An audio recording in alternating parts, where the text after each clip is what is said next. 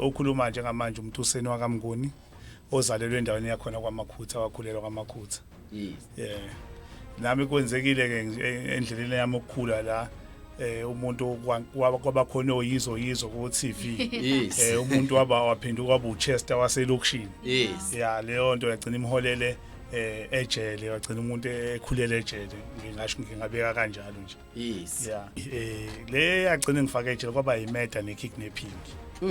Kwaba yimeta nekidnapping, ngagcina sengidonsa u18 years kulawo macala omabili. Nga end up sengihlala khona u11 years. But ngeke ngathandi, yazi mina ngithi mangabe ngichaza ngoba isikhathi esiningi ngikhuluma nasezikoleni, ngeke ngathandi ukuthi ngichaze kwenzakalani leyo case ngoba njengoba ngeke ngasho ukuthi sasibuka yizo nathi into sasiyibuka ku TV sasimenda sifuna ukuyiphila.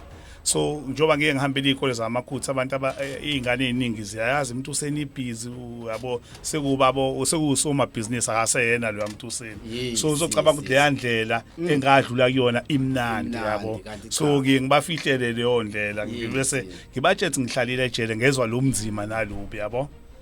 So ngike ngathanda ukubavezela kahle ngoba singane sithathwa into ubani lokho okusile sithi siyakutshala abakuthathi bathatha lokho